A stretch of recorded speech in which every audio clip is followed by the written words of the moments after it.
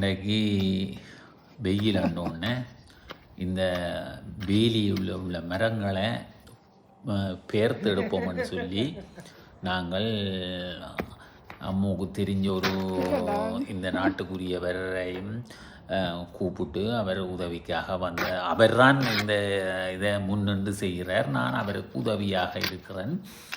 அப்போ அவர் இந்த கல்லுகள் எல்லாத்தையும் பேர்த்து தன் புயவல பராக்கிரமத்தை எல்லாம் காட்டுறார். பார்த்தீங்களோ எல்லாம் பேர்த்து அவர் கொண்டு போய் வச்சு அதுக்கான இதுகளை செய்து கொண்டிருக்கிறார். நான் என்னால் முடிஞ்சதை அவருக்கு உதவியாக இருந்து செய்து கொண்டிருக்கிறேன்.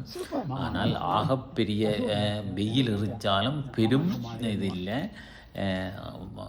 அதாவது வெயிலுக்கு குளிர் கொஞ்சம் குறைவு செய்யக்கூடியதாக இருக்குது. செய்ய தொடங்கினோன்னா கொஞ்சம் இதாக இருக்குது. அவர் அந்த கத்தி அவர் ஒரு எங்களோட ஊரில் இருக்கிற கொடுவா கத்தி மாதிரியான கத்தி ஒன்றை வச்சு தான் அவர் அதை விட்டுறார். பாருங்க, அது உங்களுக்கு தெரியுது தெரியல. வேணா காட்டுறாரு என்ன செஞ்சுன்னா விட்டேக்க ஒரு அவதானமாக விட்டோன்னு சரக்கிச்சு தாண்டா பார்த்தீங்களா. அப்படி விட்டினா காலை கொண்டு ஓட வேண்டும்.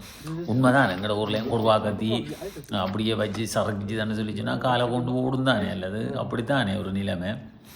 இப்போ தண்ட வாகனத்தில் அதை ஈர்த்திருக்கிறார்.